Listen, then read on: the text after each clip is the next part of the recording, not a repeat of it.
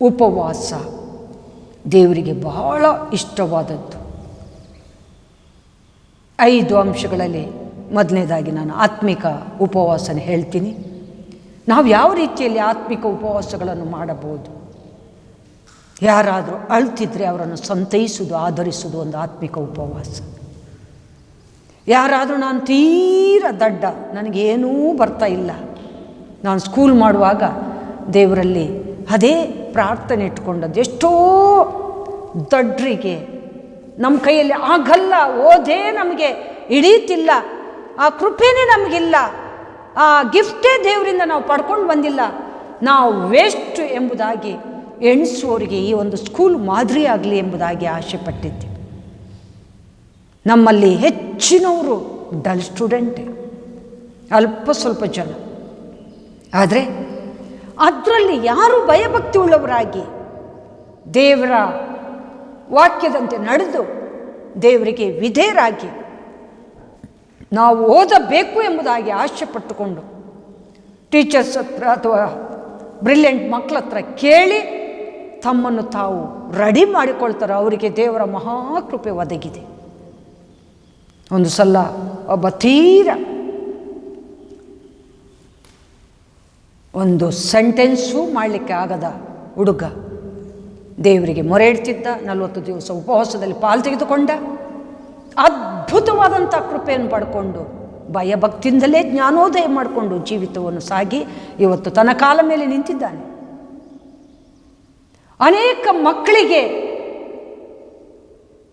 ದೇವರು ಆ ವಿಷಯದಲ್ಲಿ ಸಹಾಯ ಮಾಡಿದ್ದಾರೆ. ಒಂದೊಂದು ಮನೆಯಲ್ಲಿ ನಾನು ನೋಡಿದ ಪ್ರಕಾರ ಅಕ್ಕನೋ ತಮ್ಮನೋ ಬ್ರಿಲಿಯಂಟ್ ಆದರೆ ತಂಗಿಯೋ ಅಕ್ಕನೋ ಅಥವಾ ತಮ್ಮನೋ ಡಲ್. ಇದು ಯಾಕೆ ಅನ್ನುವಂಥ ಪ್ರಶ್ನೆ ನಮಗೆ ಬರ್ಬೋದು. ಆದರೆ ದೇವರು ಎಲ್ಲವನ್ನು ಬ್ಯಾಲೆನ್ಸ್ ಮಾಡೋದಕ್ಕೋಸ್ಕರ ಒಂದೊಂದು ಕುಟುಂಬದಲ್ಲಿ ಕಷ್ಟ ಸುಖ ಎಲ್ಲವನ್ನು ಇಟ್ಟಿದ್ದಾರೆ.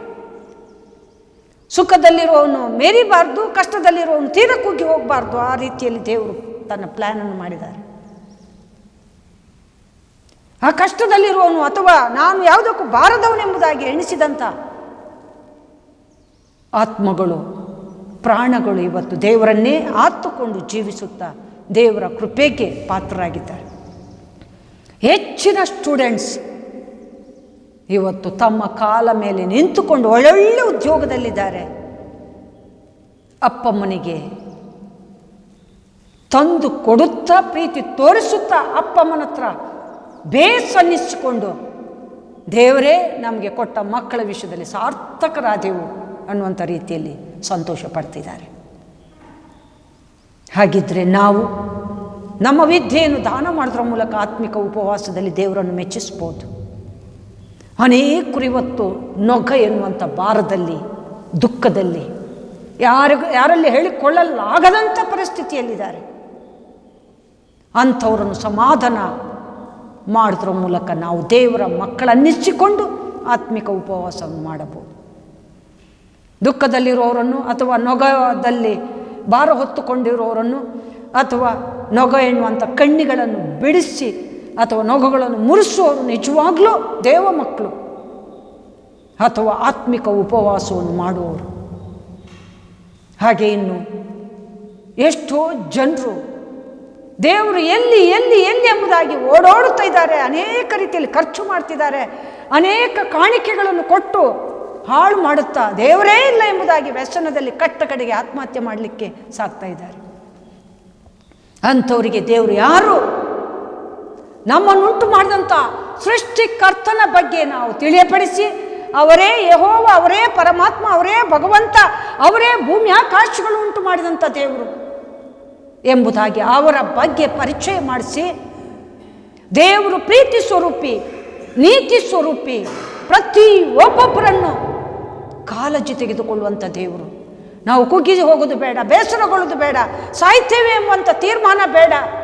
ದೇವರನ್ನು ಹುಡುಕುವುದರಲ್ಲಿ, ಜ್ಞಾನ ಪಡೆಯುವುದರಲ್ಲಿ, ದೇವರು ಎಲ್ಲಿದ್ದಾರೆ ಎಂಬುದಾಗಿ ಅವರ ಸನ್ನಿಧಾನ ಪ್ರವೇಶಿಸುವುದರಲ್ಲಿ, ದೇವರಲ್ಲಿ ಐಕ್ಯವಾಗುವುದರಲ್ಲಿ, ದೇವರನ್ನು ಸ್ಮರಿಸುವುದರಲ್ಲಿ, ಉಪವಾಸಗಳನ್ನು ಗೊತ್ತು ಮಾಡುವುದರಲ್ಲಿ, ದೇವರ ಜ್ಞಾನವನ್ನು ಪಡ್ಕೊಂಡು ಆ ಜ್ಞಾನದಲ್ಲಿ ಆತನ ಹೆಜ್ಜೆ ಜಾಡಲ್ಲಿ ಸಾಗುವುದರಲ್ಲಿ ಕಾಲ ಕಳೆಯೋಣ ಎನ್ನುವಂಥ ರೀತಿಯಲ್ಲಿ ಸತ್ಯವನ್ನು ಬೆಳಕಿಗೆ ತಂದು ಅನೇಕರನ್ನು ದುರ್ಮಾರ್ಗದಿಂದ ಅಥವಾ ಸನಾತನ ಮಾರ್ಗಕ್ಕೆ ಸನ್ಮಾರ್ಗಕ್ಕೆ ತರೋದು ನಿಜವಾಗ್ಲೂ ಆತ್ಮಿಕ ಉಪವಾಸ. ಇದನ್ನು ನಾವು ಮಾಡುವಾಗ ದೇವರಿಗೆ ಬಹಳ ಖುಷಿಯಾಗುತ್ತೆ. ನಾವು ಹಾಗೇ ಆ ಉಪವಾಸದ ಪ್ರತಿಫಲವನ್ನು ಹೊಂದುತ್ತೇವೆ, ಆಶೀರ್ವಾದವನ್ನು ಹೊಂದುತ್ತೇವೆ. ಭೂಲೋಕದಲ್ಲೂ ಪರಲೋಕದಲ್ಲಿ ಭಕ್ತಿಯಾದರೂ ಇಹ ಪರ ಎರಡರಲ್ಲೂ ಪ್ರಯೋಜನವಾದದ್ದು.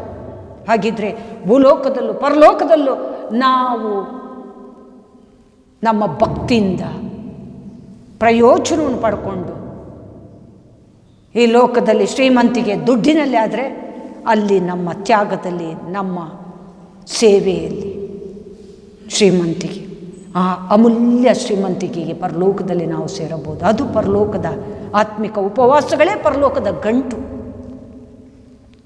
ಇದನ್ನು ನಾವು ಮಾಡುವಾಗ ನಮಗೆ ಧರ್ಮ ಮುಂಬಲವಾಗಿರುವುದು, ದೇವರ ಮಹಾಕೃಪೆ ಹಿಂಬಲವಾಗಿರುವುದು. ನಾವು ಸಂತೋಷಗೊಳ್ತಿದ್ದೇವೆ, ನಮ್ಮ ಹೃದಯ ಹರ್ಷಗೊಳ್ಳುತ್ತೆ. ನಾವು ಅನೇಕ ಮುಚ್ಚಲ್ಪಟ್ಟ ಹಾದಿಗಳನ್ನು ಓಪನ್ ಮಾಡುವವರಾಗಿ ದೇವ ಮಕ್ಕಳನ್ನಿಸಿಕೊಳ್ತೀವಿ. ಹಾಗೆ ತೀರ ಕಾಯಿಲೆಯಲ್ಲಿರುವವರಿಗೆ, ಬೆಡ್ ರಿಡನ್ ಆದವರಿಗೆ, ನಾವಿನ್ನು ಬದುಕುವುದೇ ಇಲ್ಲ, ಮಾರಣಾಂತಿಕ ರೋಗ ನಮ್ಮನ್ನು ಮುಟ್ಟಿದೆ ಎಂದು ತೀರ ಅಪ್ಸೆಟ್ ಆದಂಥವರಿಗೆ ನಾವು ಪ್ರಾರ್ಥಿಸಿ ಅವರನ್ನು ಧೈರ್ಯಕ್ಕೆ ನಡೆಸಿ ಸಮಾಧಾನ ಪಡಿಸೋದಾದರೆ ಅವರಿಗೆ ಆ ಟೈಮಲ್ಲಿ ಸಿಗುವಂಥ ಪ್ರೀತಿ, ಧೈರ್ಯ, ಹಾಗೆ ಸಮಾಧಾನ ಅವರನ್ನು ಜೀವ ಕಳೆಗೆ ಅಥವಾ ಮಾರಣಾಂತಿಕ ರೋಗದಿಂದ ಬಿಡುಗಡೆ ಹೊಂದಲಿಕ್ಕೆ ಸಾಧ್ಯ ಇದೆ. ಇದು ಆತ್ಮಿಕ ಉಪವಾಸ. ಎಷ್ಟೋ ಜನರು ಆತ್ಮಿಕ ಉಪವಾಸದಿಂದ ಪರಿಪೂರ್ಣ ಗುಣಮುಖರಾಗಿದ್ದಾರೆ. ನಾನು ಕಾಯಿಲೆಯಲ್ಲಿರುವಾಗ ಒಂದು ಸ್ತ್ರೀ ನನಗೆ ಆತ್ಮಿಕ ಉಪವಾಸದ ರೀತಿಯಲ್ಲಿ ಒಳ್ಳೆತನವನ್ನು ತೋರಿಸಿದ್ರಿಂದ ದೇವರ ಬಗ್ಗೆ ತಿಳ್ಕೊಂಡೆ ಇವತ್ತು ದೇವರನ್ನು ಬೆಳಕಿ ತರುವಂಥ ಮಗಳಾಗಿ, ಸಾಧನವಾಗಿ ಮಾರ್ಪಟ್ಟೆ. ಆತ್ಮಿಕ ಉಪವಾಸಗಳನ್ನು ಮಾಡುವಾಗ ದೇವರು ವಿಶೇಷವಾದಂಥ ಕೃಪೆಯಿಂದ ಸಂತೋಷಿಸುತ್ತಾರೆ. ದೇವರ ಕೃಪೆ ನಮ್ಮ ಬಳಿಗೆ ಬರುತ್ತೆ. ಅವರ ಕೃಪೆ ಕಟಾಕ್ಷಕ್ಕೆ ನಾವು ಗುರಿಯಾಗ್ತೀವಿ. ಕೃಪೆ ಕಟಾಕ್ಷ ಅನ್ನುವಾಗ, ಆತ್ಮಿಕ ಉಪವಾಸ ಮಾಡುವಾಗ ದೇವರ ಕಟಾಕ್ಷ ನಮ್ಮ ಮೇಲೆ ಸದಾ ಬೀರಲ್ಪಡುತ್ತೆ. ದೇವರು ಹೇಳಿದ್ದಾರೆ, ನಿಮ್ಮ ಪ್ರತಿ ಒಳ್ಳೆತನಗಳು, ಪ್ರತಿ ಪಾಪಗಳು ನನ್ನ ತೇಜೋ ದೃಷ್ಟಿಯಲ್ಲಿ ಕೂಡಲ್ಪಟ್ಟಿದೆ ಅಥವಾ ಆವರಿಸಲ್ಪಟ್ಟಿದೆ. ಹಾಗೆ ನೀತಿವಂತರು ಅವರ ಕೃಪೆ ಕಟಾಕ್ಷಕ್ಕೆ ಗುರಿಯಾಗುವರು. ನಾವು ಅವರ ಮಕ್ಕಳಾಗಿ ನೀತಿವಂತರಾಗುವಾಗ, ಒಳ್ಳೆಯದನ್ನು ಆತ್ಮಿಕ ಉಪವಾಸವನ್ನು ಮಾಡುವಾಗ ನಾವು ದೇವರ ಕಟಾಕ್ಷಕ್ಕೆ ಗುರಿಯಾಗ್ತೀವಿ. ಪ್ರತಿದಿನ ದೇವರ ಕಟಾಕ್ಷ ನಮ್ಮ ಮುಂದೆ ಇರಲೇಬೇಕು. ಇಲ್ಲವಾದರೆ ನಾವು ಈ ಲೋಕದಲ್ಲಿ ಕೆಸರೆ ಅಥವಾ ಮುಳ್ಳೆ, ದೇವ ಮಕ್ಕಳಾಗಿ, ತಾವರೆಗಳಾಗಿ, ಬಯಲಿನ ನೆಲಸಂಪಿಗೆಯಾಗಿ, ಅಥವಾ ಸಂಜೆಯ ಸೂಜಿ ಮಲ್ಲಿಗೆಯಾಗಿ, ಅಥವಾ ಗುಲಾಬಿಯಾಗಿ ನಾವು ಪರಿಮಳ ಬೀರಲಿಕ್ಕೆ ಸಾಧ್ಯ ಇಲ್ಲ. ಪರಿಮಳ ಬೀರಬೇಕೆಂಬುದಾಗಿ ಆತ್ಮಿಕ ಉಪವಾಸ ಮಾಡಿರಿ ಎಂದು ದೇವರು ನಮಗೆ ಹೇಳುವಂಥ ಮಾತು. ಇನ್ನು ಎರಡನೇದಾಗಿ ನಾವು ನೋಡುವಾಗ ಕಪಟದ ಉಪವಾಸ. ಆತ್ಮಿಕ ಉಪವಾಸ ದೇವರಿಗೆ ಬಹಳ ಪ್ರಾಮುಖ್ಯವಾದದ್ದು. ನಿಮ್ಮ ಉಪವಾಸ ಬರೀ ಆತ್ಮವನ್ನು ಕುಂದಿಸಿಕೊಳ್ಳುವಂಥ, ದೇಹವನ್ನು ಕುಂದಿಸಿಕೊಳ್ಳುವಂಥ, ದೇಹವನ್ನು ನಷ್ಟಪಡಿಸಿಕೊಳ್ಳುವಂಥ ಉಪವಾಸವಾಗದಿರಲಿ, ಭಕ್ತಿಯನ್ನು ವೃದ್ಧಿ ಮಾಡುವಂಥ ಆತ್ಮಿಕ ಉಪವಾಸವಾಗಿರಲಿ. ಅಂಥ ಟೈಮಲ್ಲಿ ನಿಮ್ಮ ಮುಖಕ್ಕೆ ನೀರು ಚುಮುಕಿಸುತ್ತಾ, ತಲೆಗೆ ಎಣ್ಣೆ ಹಾಕುತ್ತಾ, ಕಳಕಳೆಯಿಂದ ದೇವರ ಸಾನ್ನಿಧ್ಯವನ್ನು ಪ್ರವೇಶಿಸುತ್ತಾ, ದೇವರನ್ನು ಆರಾಧಿಸುತ್ತಾ ಉಪವಾಸ ಮಾಡಿರಿ. ಅದು ನಿಜವಾಗ್ಲೂ ನಿಮಗೆ ಸಂತೋಷವನ್ನು, ಪ್ರತಿಫಲವನ್ನು ಕೊಡುವಂಥದ್ದು. ಹಾಗೆ ಎರಡನೇದಾಗಿ ನಾವು ನೋಡುವಾಗ ಕಪಟದ ಉಪವಾಸ. ಕಪಟದ ಉಪವಾಸ ಅನ್ನುವಾಗ ದೇವರ ವಾಕ್ಯ ಹೇಳ್ತಿದೆ, ಸತ್ಯವೇದದಲ್ಲಿ ನಾವು ನೋಡುವಾಗ ಕಪಟದ ಉಪವಾಸವನ್ನು